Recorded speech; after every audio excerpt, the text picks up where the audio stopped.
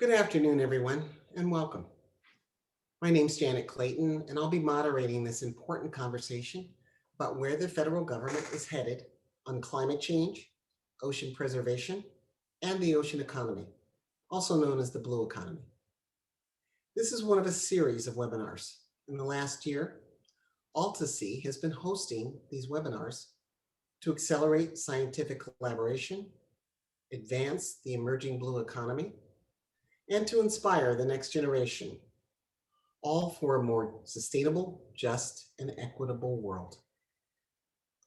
You can watch past webinars and get more information on the blue economy on their website at altasea.org/projectblue. You can find that link in the chat box now. If you have questions, please use the Q&A function located at the bottom of the Zoom page.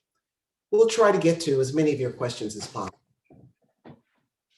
Our guests today are leading the charge on public-private partnerships with the government, whether it's as representatives of their own organizations or advocates on behalf of institutions working to address climate change. Our first panelist, David Brown, is Vice President for Federal Relations for the University of Southern California. USC is one of the world's leading private research universities and happens to be my alma mater. In his role, David serves as the university's chief advocate on all legislative and regulatory matters, federal research funding, and healthcare policy. Prior to USC, David held top positions in Washington for the University of California. David, what are you working on now that's important or related to climate change, ocean preservation, or the blue economy? Take your pick. Well, thank you, Janet. Let me just first thank AltaSea for putting this program together and inviting me to participate on this panel. And also, it's certainly a pleasure to work with my friends at Vectis, especially when we work together on Capitol Hill. So it's an exciting time for research universities like USC. They're committed to sustainability, climate change, and environmental justice. In particular, with the Biden administration's commitment to developing a 100% clean economy by investing $1.7 trillion, including $400 billion investment in clean energy research and innovation. USC and our world-class researchers are ready to partner with the federal government to be part of the solution. I'll leave it at that, and we'll happy to expand when others are introduced. Okay, thank you, David. Our next panelist is Chris Castillo. Chris is Director of Federal Government Relations for UC San Diego's Scripps Institution of Oceanography. Chris focuses on congressional relations, strategic partnerships, and research planning. Prior to Scripps, Chris worked on Capitol Hill as a policy advisor for 2 members of Congress and has worked in the private sector as a consultant, managing community relations and grassroots organizing. Chris, what's the most important issue that you're working on related to climate change, ocean preservation, or the blue economy? Thank you, Janet. And also I join David in saying thank you for this opportunity, AltaSea. Also echoing David, it is a very exciting time right now for ocean science.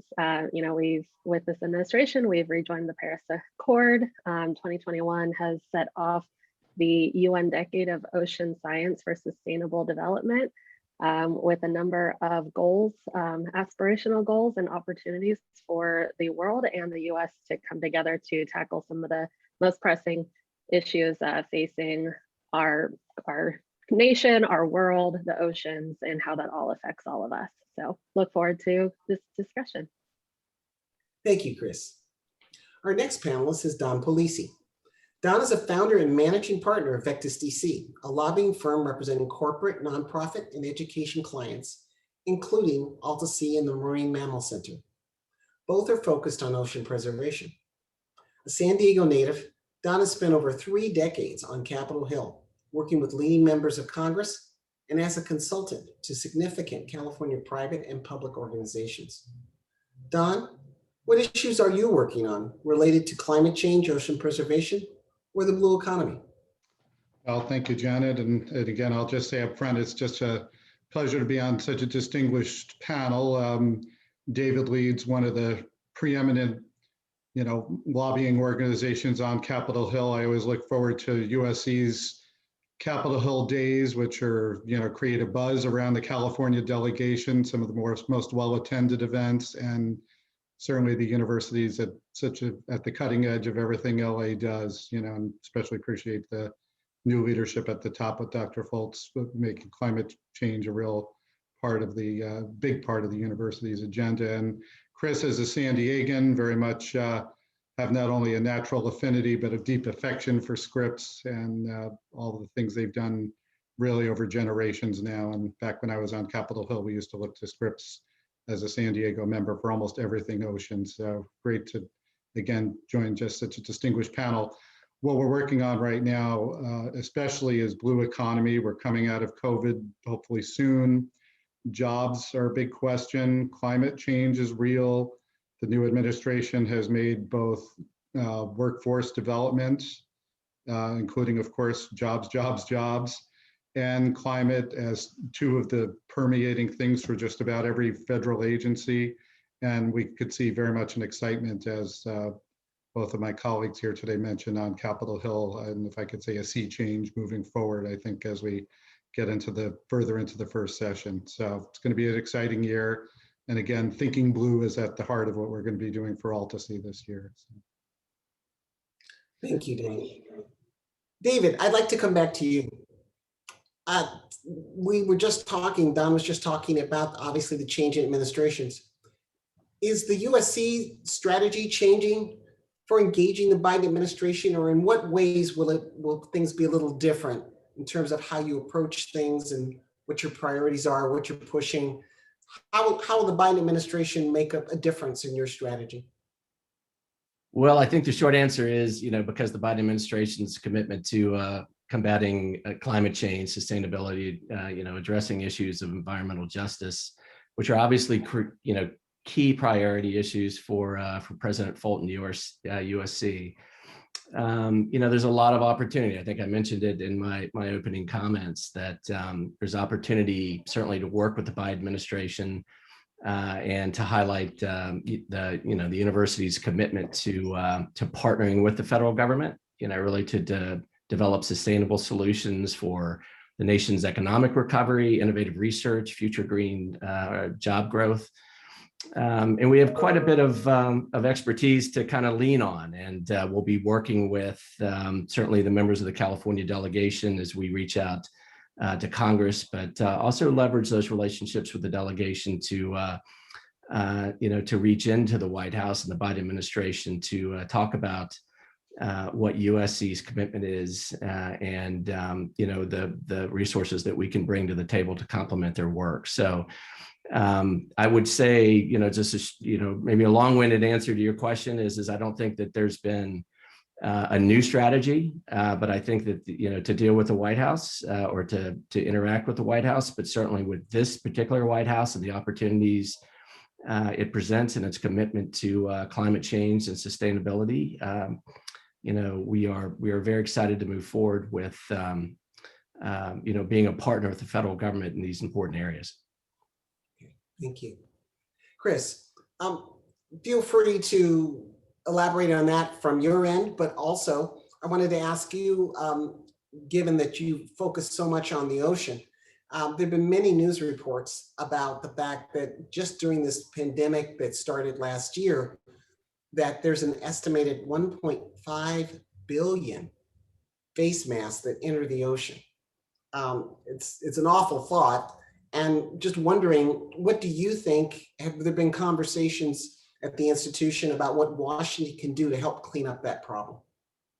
Yeah, so I think that's one of the challenges that we realized with this pandemic. And on one hand, it was great because people were staying home, we had lower emissions. But then on the other hand, we had an increase in single-use plastics, single-use, the face masks, they're to protect ourselves, there's been this increase in all of that. And I think even before the pandemic, it's something like 3% of all single-use plastic materials end up in the ocean. And so, you know, it's been on the radar. So now we've kind of compounded on that program or that problem. So how can we address that? I mentioned in my opening topic about our opening statement about the UN Decade of Ocean Science for Sustainable Development. They have like 7 or 8 kind of goals. They're not defined by a target, but aspirational, and one is clean ocean. So it's kind of up to the academic institutions, governments, private industry, and citizens to kind of identify what does a clean ocean mean to us, and how can we achieve a clean ocean. And pollution, I think, and especially plastics and face masks are going to be a huge part of that discussion. You know, we hear about technologies that can kind of break down plastic that should and could be explored. And then, you know, there's so much focus on recycling, but the US only really recycles about 10% of our single-use items. So, you know, the federal government focusing on increasing our, actually recycling. And then I don't know about everybody else, but growing up in California in the schools, we're always taught the 3 R's. It's in addition to recycling, it's reduce and reuse. So how can we reduce the use of it? How can we reuse products? This is getting a little away from Scripps expertise, but there are, novel, innovative ideas from businesses that look at taking plastic and turning them into shoes, or whatever it may be. So I think that from a government perspective, how can they incentivize and encourage and educate us to focus on all of those areas, and then just for all of us to be more mindful of that impact that we're having on the ocean. I think people that don't live near the ocean don't understand how important the ocean is on all of us, from weather forecasting and our long-term climate to the food that we eat and the food web. So just encouraging. That's what's great about this decade of ocean science, is hopefully we'll get a lot of attention on how the ocean impacts all of us, and so that we all do our part to reduce our use of plastics that will end up there. Thank you, Chris. I appreciate that. Don, I have a question for you, but first I'd like to give everybody a little preview of what we're going to ask next, to give you a little time to think about it. I'm going to be interested in knowing what pieces of legislation are you thinking about in the coming months that you would really want to urge our audience to support? What's out there on climate change and ocean preservation, blue economy? What's out there that are pieces of legislation that you've identified in your jobs to say, boy, it really would be great if this passes, so that we can let people know what those pieces are and perhaps support them. Okay, Don, question for you as a lobbyist. The term lobbyist often has a negative connotation.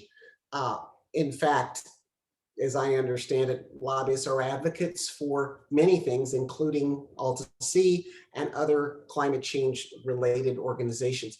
Can you tell us a little bit about how you do your work and how it makes a difference in trying to get legislation passed that helps fight climate change? No, I'd love to, Janet. It's a great question.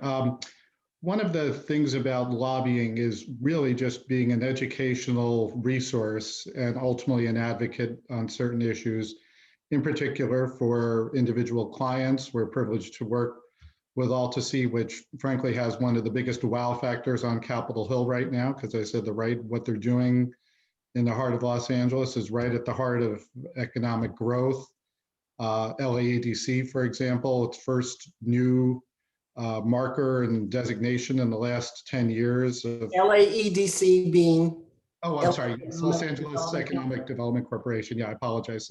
Speaking in Angelino speak, but again, that being an indicator and really seeing even beyond the California delegation, a sense of anticipation and excitement. Congressional staff are very much generalists. Most of them are well-degreed, right out of college, right out of graduate school. They have huge portfolios, sometimes handling things as diverse as, criminal justice all the way to environmental protection. So they just don't have the time to really focus. So really outside of a cadre of Sea Grant Fellows that we have found on the Hill that provide some deep bench for certain members. Most of them really appreciate what we as advocates and as lobbyists, for certain entities bring to them in terms of the latest information, things like that tidbit I mentioned about Los Angeles's designation, things like Palisi offering as a really potentially huge area to grow new jobs in cooperation with other private and nonprofit entities in LA. And then just one last, a vivid example, we had a local member of Congress very much involved in the Committee on Natural Resources, had a meeting suddenly called within 48 hours. It was a virtual meeting, and wanted to be able to highlight some of the things going on in LA, called us literally the night before the hearing and asked us to suggest some good comments and questions. And that kind of availability, that level of trust from members of Congress and the staff, that's what we do as we advocate, not only for the broadest causes like ocean preservation or climate change, but simply for job engines like Palisi and other things within the blue economy. Thank you, Don.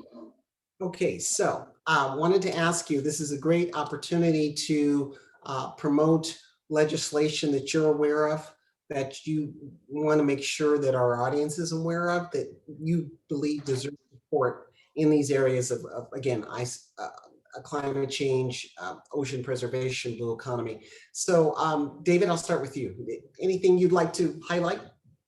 There's a few things. Thanks, Janet. I think that we're going to definitely see multiple bills dropped over the next few years. Certainly, it's as we have all mentioned, it's certainly a priority for the Democratic Party that's in control of the House and the Senate, but certainly the Biden administration as well. So I think we're going to see a lot of important climate change measures introduced, a lot of which we could probably get our arms around and support, but just a couple that I think I'd like to highlight today. One is the just dropped, I think recently, last week or so, the Clean Future Act, which was introduced by Mr. Pallone from New Jersey, which promotes 100% clean economy. Another bill, which I think is certainly important to all folks in LA and in the port as well, is a bill introduced by Representative Barragan, who's a proud USC alum as well. And that's the Climate Smart Ports Act, which provides $1 billion a year to achieve zero emissions from our ports. But perhaps more importantly, what it does is it promotes environmental justice for those living near our ports. So obviously an important bill that we would all recommend members support through co-sponsors. And I think like a larger bill, which has been introduced in the past, but I believe it's going to be reintroduced by Senator Schumer and Young potentially, and that's the Endless Frontier Act, which is a significant investment, $100 billion investment, and proposes a new directorate in the National Science Foundation to lead investment in research. So, which is obviously of interest to the University of Southern California and our researchers. So those would be three that I would highlight. Okay, great, thank you. Chris? Yeah, so very excited.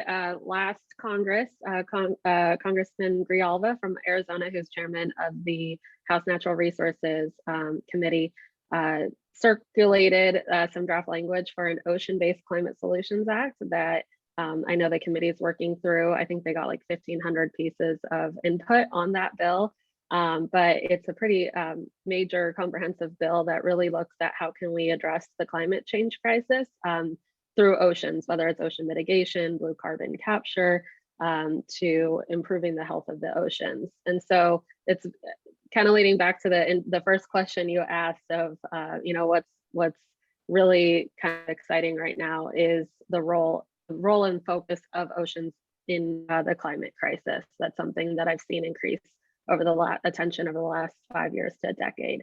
So that's one piece of legislation that we're looking forward to seeing how the draft turns out and what gets introduced, and see how that can get some traction. It also focuses on conservation, restoration of ocean on coastal habitats. biodiversity, marine mammal and fish populations. So very comprehensive. Some other legislation with good opportunities. A couple agency reauthorization bills are coming up. So NSF is one that, as David mentioned, looking at, how to support basic research that leads to so many discoveries that help solve a lot of our problems. There's also been some attention on ocean exploration and mapping, and there's some good bipartisan opportunities in that realm. And not just, how to understand and tap into unknown resources in the ocean, like drugs from the sea or compounds that are in the sea that can solve a lot of our health issues.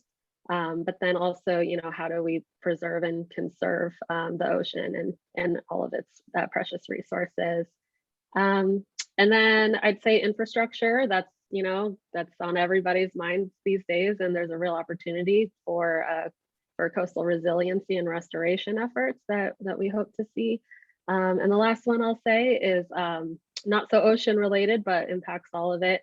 One of our researchers, Dr. Ramanathan, is a leading researcher on super pollutants. They're short-lived climate pollutants that cause the most warming in a short amount of time. And Congressman Peters was able to get a part of a bill that he's led for years included in a big energy package last year. So this will reduce one of those specific types of super pollutants, HFCs, hydrofluorocarbon, if I got that right. And so now kind of looking at the next steps of, black carbon, methane, some of these other super pollutants, and how can we reduce that? So, yeah. Thank you. Great. That's a great list. Don, got some on your mind that you want to highlight? Yeah, I'd even start with just, Janet, you mentioned earlier during COVID, how many billions of masks are suddenly, out in the ocean. One of the great examples of bipartisanship last Congress was the conclusion of Save Our Seas 2.0, which, brought together odd political bedfellows. Sheldon Whitehouse, who's a very progressive Democrat from Rhode Island, worked very closely with Dan Sullivan, who very much conservative from Alaska, put together a piece of legislation that was very acceptable. And upon the signing of the bill at the end of December, they even said, let's look forward to Save Our Seas 3.0 to keep on building what they're doing. So I think that's something we could all keep a close eye on, because it's, again, essential toward not only handling off our shores, but it's even encouraging a lot of international cooperation in that area. Secondly, on aquaculture, which is something very, near and dear to a lot of blue economy folks these days, and it can be done, very well and in an environmentally responsible area and way. There's another example, bipartisan on Capitol Hill, has been how Senator Brian Schatz and Roger Wicker have worked together in the Senate. And then last Congress, we had Congressman Palazzo from Mississippi get together with Congressman Peterson from Minnesota and come up with an Aqua Act. It did not, given the churn of legislative activity and presidential elections, make it through last year, but most people believe that since aquaculture and being done the right and environmentally responsible way is really inevitable, we need to do it right too. So I would keep a close eye out for that, the reintroduction and that reauthorization and work in the hearings this year.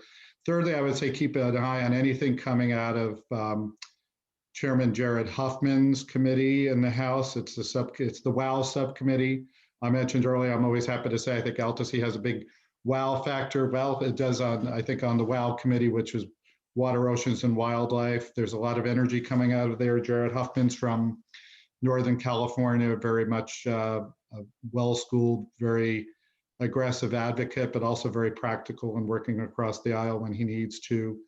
And on the Senate side, again, I see some good things coming, possibly in a bipartisan way, out of Senate Energy and Natural Resources, where we have some folks like Ron Wyden from Oregon working with John Barrasso and others. And, I think we could come up with some sensible bipartisan legislation that will not only keep addressing the economic facets of ocean preservation, but very much keeping to the concepts and what we all believe in as advocates, the preservation of the environment, addressing climate, and preserving the ocean.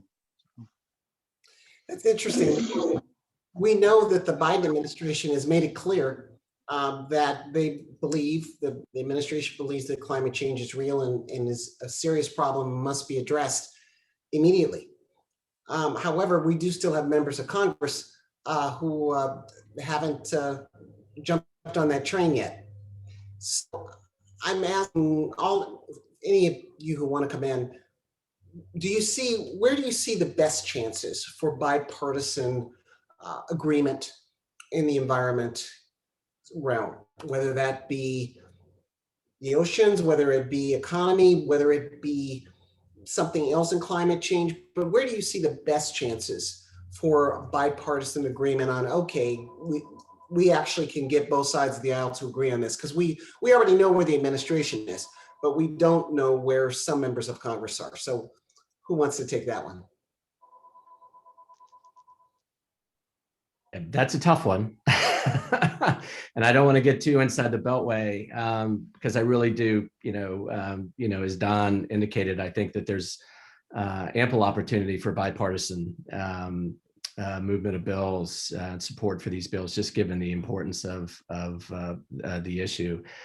But at the risk of being a little inside the beltway, I think that more conservative members of Congress really are focused on things like the economy.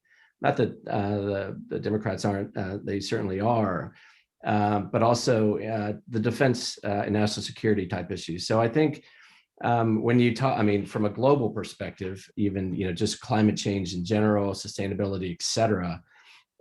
When you speak to issues that resonate with either side of the aisle, whatever the issue, whether it's environmental justice, whether it's national security, whether it's jobs, I think that that's the way you bring everybody at least to the table and you start the discussion. Mm-hmm. What do you think, Chris? I would just add that in addition to focusing on jobs, national security, there's also, I think last election, the polling was around 70% of Americans not only believed in climate change, but also understood the human impact and cause of it.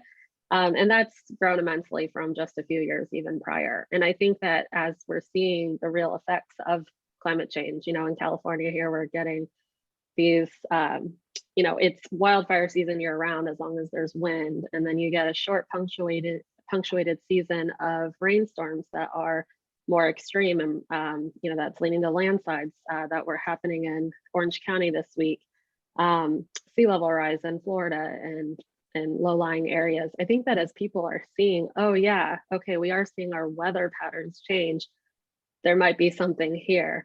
I think that that's kind of also leading to more elected officials being able to acknowledge and address, because a lot of folks have, used the term, extreme weather events or address the issue under other terminology. They've just stayed away from the words climate change. But, as more people are seeing and experiencing these issues and want to know how can we avoid it or adapt to it, I think that we'll see more of an appetite. Great. Don, did you have anything to add on that one? Sure, I would just add again, I do have hope for productive legislation. I know already there's the specter of the 22 midterm elections, and you're seeing positions harden both from the Republican side on what they want to stop in its tracks as far as Biden initiatives or House Democrat initiatives. But, both sides are concerned about that because frankly, things are tight. The House Democratic majority is very slim right now. The Senate's in a tie with the vice president, of course, needing to cast a vote. But what that speaks to is the need for possibly the governing center in both houses, probably I think a little bit more in the Senate, being able to work out productive legislation, and those that, much like David and Chris said, would have an impact on the economy. The defense overlay is significant, both in traditionally the Defense Department having an impact upon the economy, but also controlling so much of the of the land and infrastructure, especially in coastal areas. So I am encouraged that there could be some behind the scenes working. We may not hear it much on Fox News or MSNBC, but when things come down to the end, much like even last Congress, we had the SOS bill pass. There could be some really good compromises in the name of jobs, resilience, and the economy. So I do have hope, and I do have a positive posture as we walk the hall. Well, we get to walk the halls of Congress again soon over the coming months. Thank you. We have a question from a member of our audience, from Glenn, who says, to 99% of Americans, blue economy is beer, shrimp, and a summer view. What messaging do you find effective with federal and state legislators, we'll just keep it at federal, to support commercialization and application of blue tech innovation to job creation, further the distance in educating inland congresspersons and coastal district congresspersons?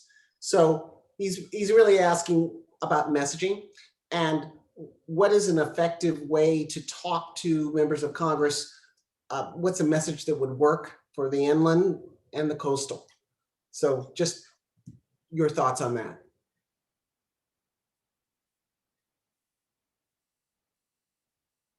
Do you want to go, David, or I can take a first stab? I would say, we are ocean in our name, but Scripps does have research that are air, atmosphere, and land based. And so we're talking to members of Congress in all parts of the country, inland and coastal.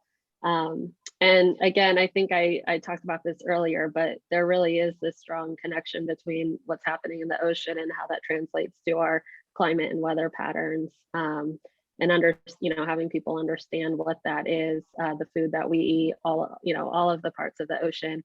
So highlighting those impacts to those inland folks. And then, as for blue tech, there was a lot of ground gained with focusing on clean tech and green tech. And so I think applying some of that messaging can help to understand ocean focused technologies that will help solve a lot of these climate issues that we're facing and challenges that we're facing, to our food web, to weather and climate. That might be a good place to start. Thank you. Anyone else? I'll just jump in briefly. I think if you're talking even to inland members, really focusing on jobs and economic recovery is just essential. Frankly, as Chris was saying, the technology is already there. It's just a matter of identifying it and linking it up.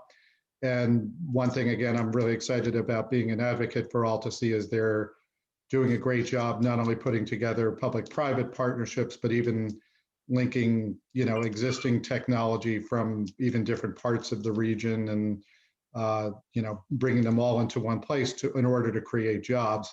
And then the academic connection, having universities like USC really at the cutting edge, not only having their PhDs and others do really cutting edge research to bring things to the next generation, but also then creating jobs that are even going to be available for folks even at the community college level that could, we hope will eventually be able to get certificates in things like blue economy and aquaculture and others, and really put workforces back to work.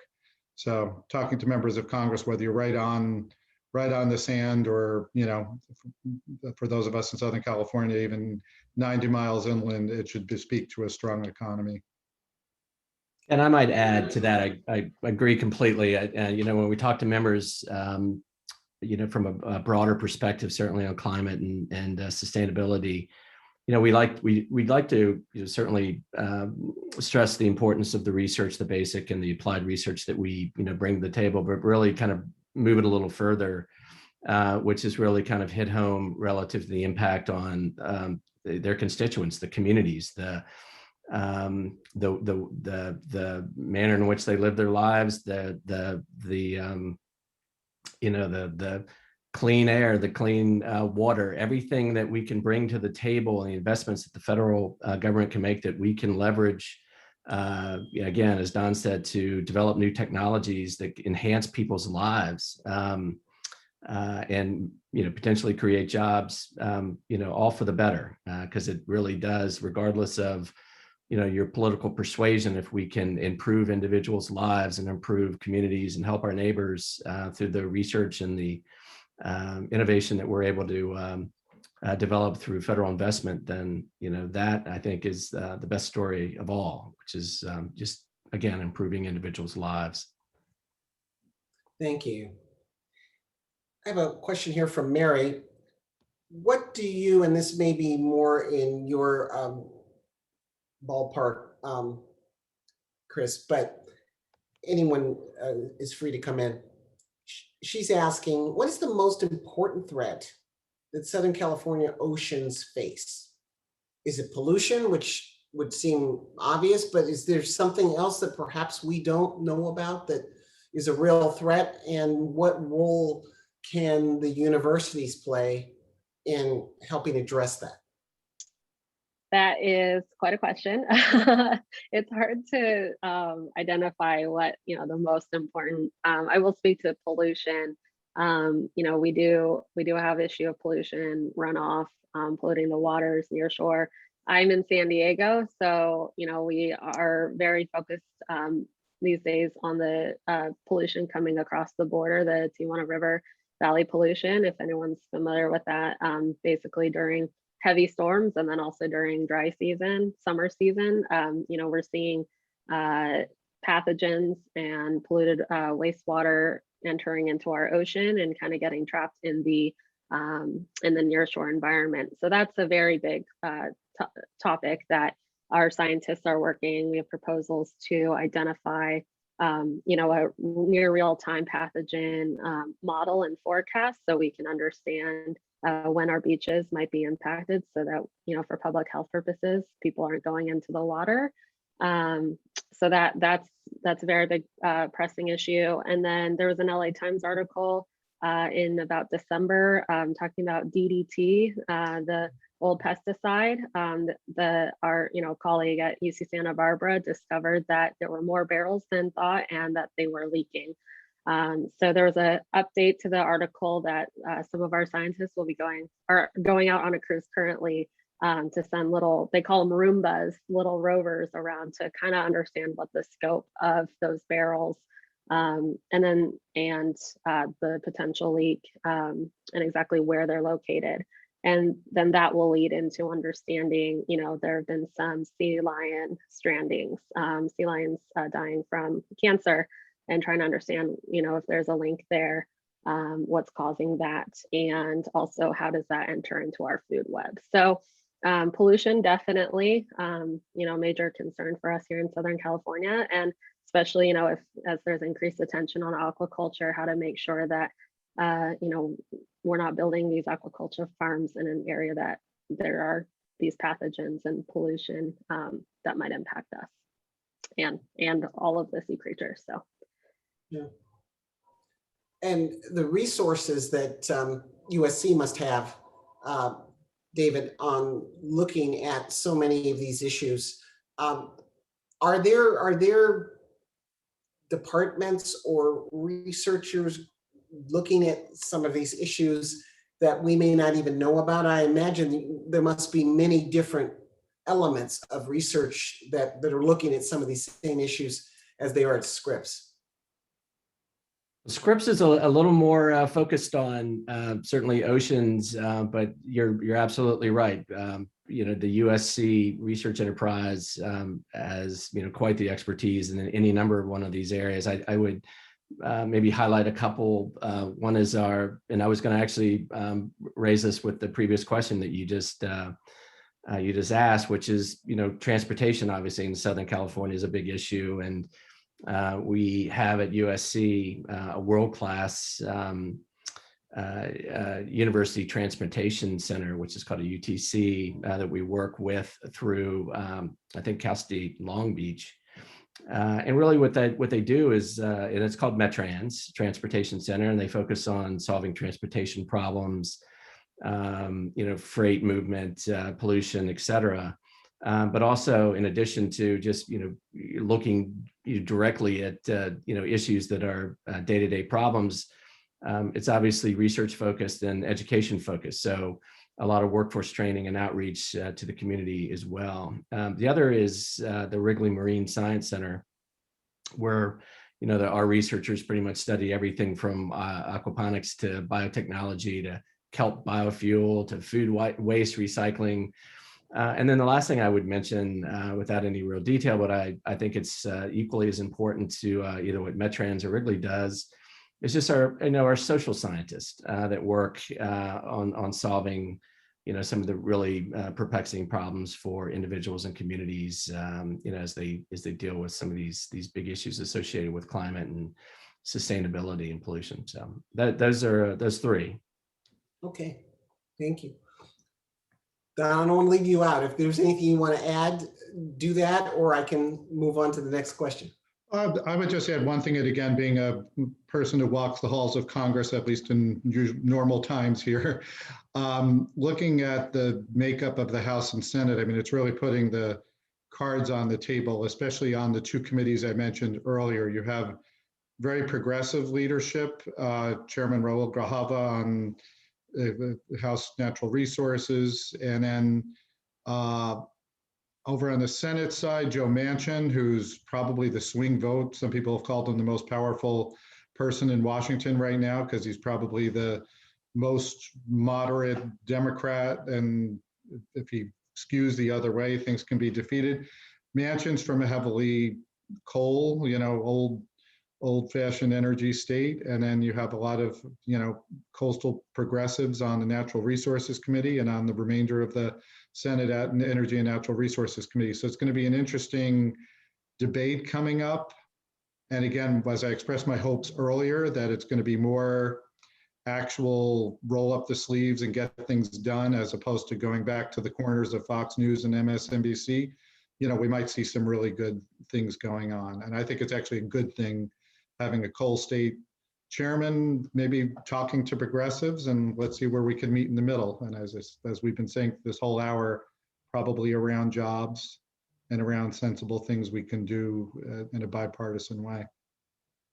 Interesting that you mentioned jobs, because another question here from Sherry is wondering if you three have run into or can identify private companies, private sector companies that have really been cutting edge on technology, aquaculture, and that might end up being employers for some of the students who are out there who are interested in the technology or interested in the oceans. And she's looking to see if you've identified or had partners in the private sector that are doing the cutting edge work that maybe needs to be acknowledged in some way.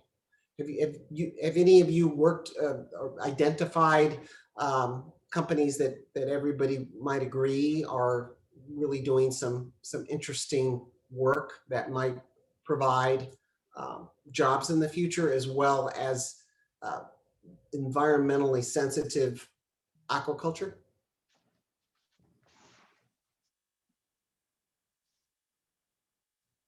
It's okay if I have. Go ahead, Chris. Go ahead, Chris. Oh, no, I was just going to say I have colleagues who focus more on the industry side, whereas I'm on the government side. So I know that they're working. We have a corporate affiliates program at Scripps, and we partner with a lot of industry folks. So I don't have any business or jobs on the top of my head, but I know that we also partner with like Miracosta Community College on a pipeline into the community college and then into university focused on blue economy. We partner with the Port of San Diego. They've got they're doing an incubator for spinoff companies. And then my colleague recently got a grant from the Economic Development Agency, if I got that right, Start Blue, kind of an accelerator. So taking these startups and then how to set them and spin them off into full companies. So we engage with other associations, the Maritime Alliance, and some other associations that have businesses as members. So that might be a good place to start to look at kind of the businesses in the Southern California region doing this kind of work. I just want to point out for all to see, that's a lot of what they're really about. There's one that really stands out, Blue Robotics at Alta Sea. If you go to their website, that shows a lot of their private sector partners. I'd urge anybody that's on the webinar to do so. Even as we're speaking right now, they've got a lot of excellent private sector partners, and they're all going to be really good, great employers. And it's really what we're talking about when we're talking ocean economy, and they're all going to be good, strong jobs, locally, and then jobs that could be replicable, frankly, nationwide as well. Understood. So what are you seeing that would make you feel optimistic about where we're going in climate change, in ocean preservation? Is it just that people are beginning to focus on it in a broader way now? Or tell us what you're seeing that's indicating to you that we are going in the right direction. It's something, a point of optimism.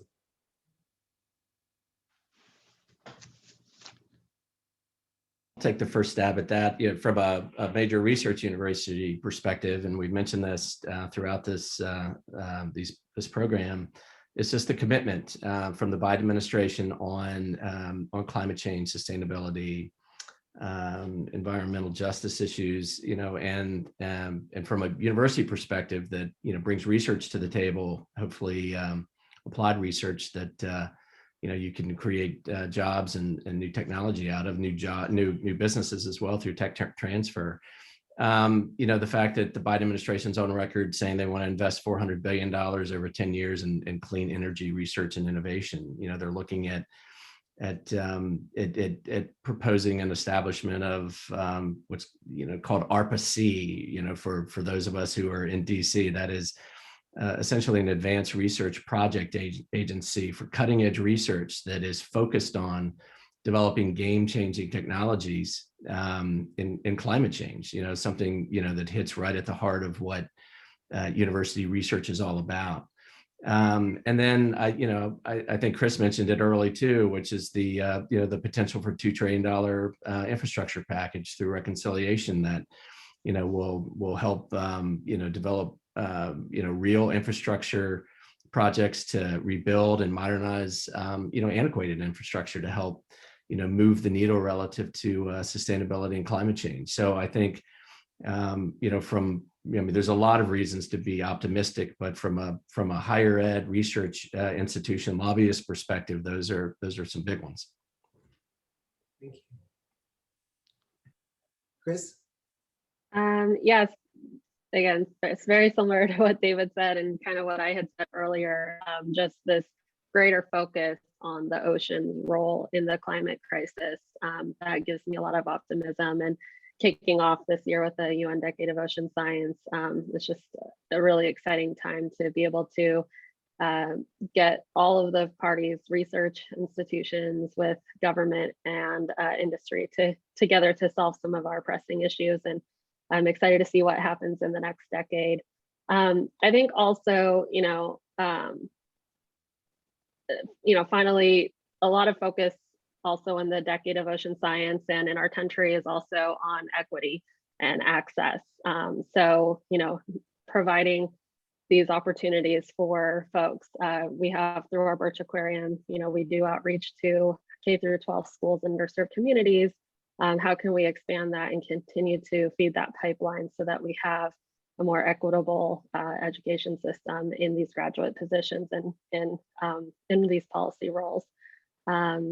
So, I have optimism there that we get more people, more diversity at the table, then we can solve greater issues, because some of us don't know what issues other people are facing. So Congress did mark up a bill this week in the House that looked at expanding postdoc and graduate education opportunities. So we're excited to see that, and we hope that turns into, we actually can see that enacted. And with COVID recovery, that there will hopefully be some more funding and relief provided for these postdocs and students so that we don't lose the progress that we've made in that area. Yes, yes. Don, did you have anything to add?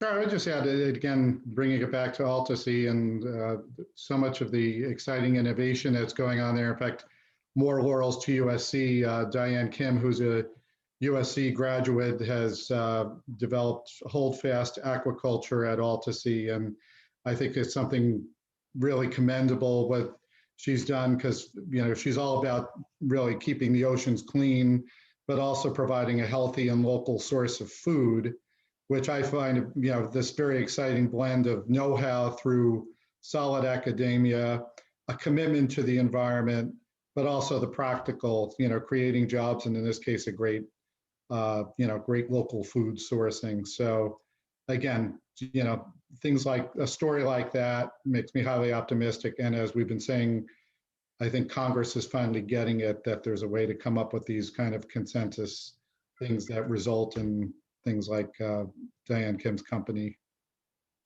That does raise one more question I just thought of. What are the implications, and when you think about equity and diversity, what are the implications for education and job training as this new emerging blue economy occurs? What does it mean? Does it mean that we'll have more federal funding in this emerging industry? That's a question that one of our viewers is asking. What are the implications of education and job training, and does it need to be arranged? We have graduate students and PhDs and so on, but maybe they're, again, I think you mentioned, Chris, community college efforts that also might feed into the four-year universities. What are your thoughts about those implications for education and job growth? Yeah, I think, so we had a roundtable hosted by Congresswoman Susan Davis before she retired last year.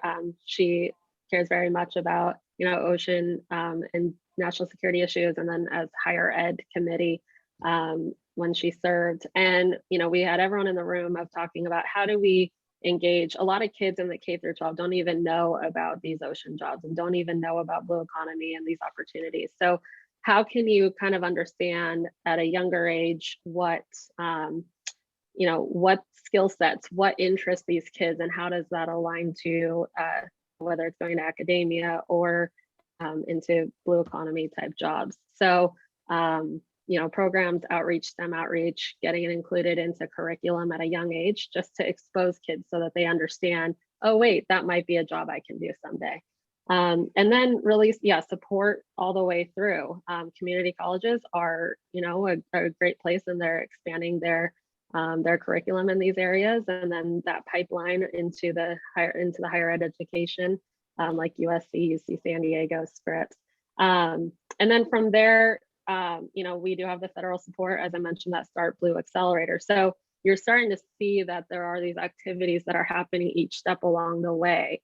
And so hopefully, if we get their attention when they're younger, and that, kids can kind of understand what the opportunities are out there, that there will continue to be resources available to help them all the way through to their postdoc until they're looking for jobs.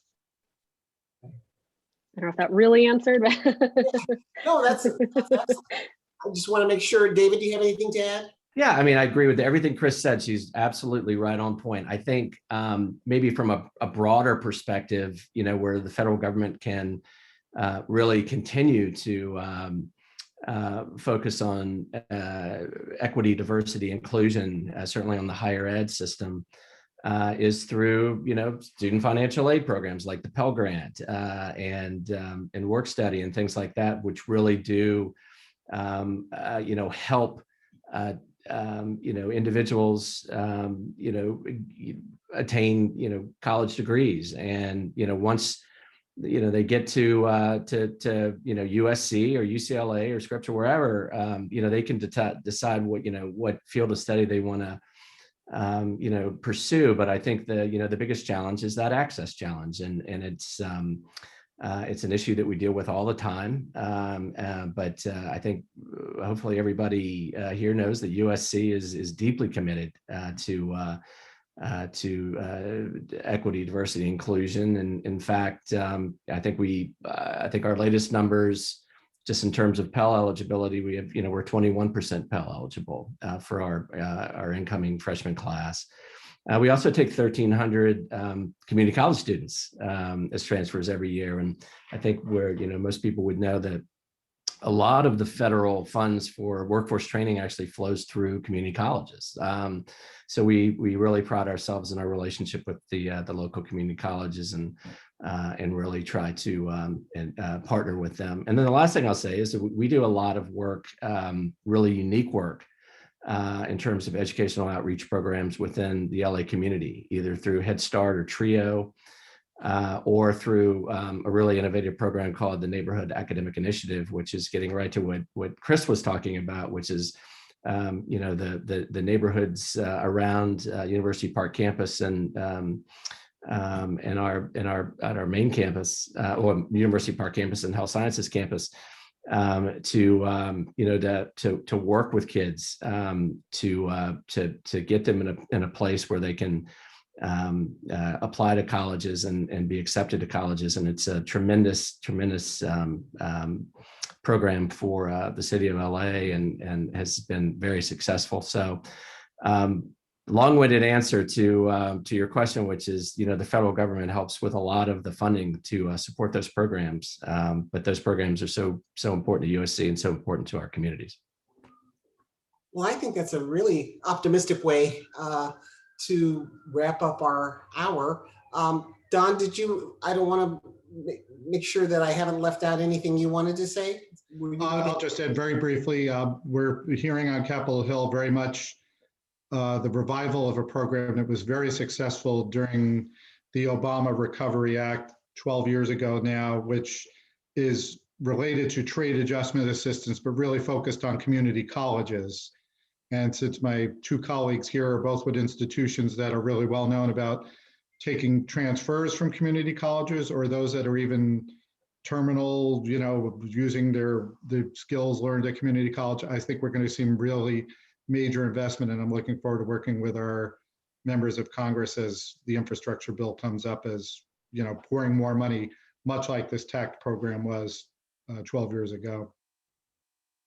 Thank you, Don. I would like to thank David Brown, Chris Castillo, and Don Palisi for leading us through this discussion, this wide-ranging discussion that really helps focus us on the possibilities of what can happen when there's real focus on ocean preservation and obviously in climate change in general, and what that can mean for our academic institutions, as well as AltaSea and many other organizations that are working to try to make for a better and just, equitable and cleaner world. And so I do appreciate your joining us. I thank everyone who's tuned in. And again, for more information on this, we have it on our chat, altasea.org, for some of the programs that are out there. Obviously, USC and Scripps also have their websites and a lot of information about what they're doing. And so I do want to thank you all. I want to ask you to have a good weekend and stay safe. Thank you, Janet. Thank you. Thank you, Jan. Yeah. Thank you.